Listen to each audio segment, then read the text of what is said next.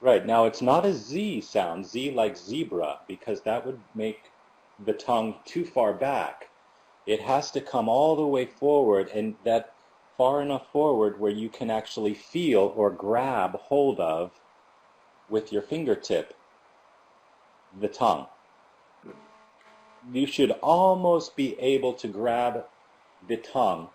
It's sort of slippery and it's going to slide away from your fingertip, but you should almost be able to grab it and hold it. That's how far forward the tongue is. It's not pinching it, but it's actually grabbing it. Okay, so make sure that it's far enough out of the mouth, and say it again, the. Make sure it's more forward, the.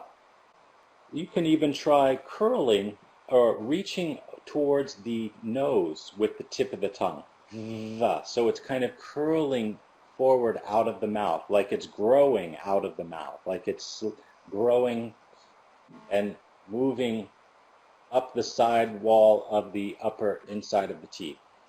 The.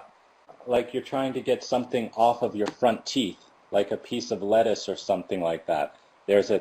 You can curl the tongue around the front of the tooth. Try doing that. The.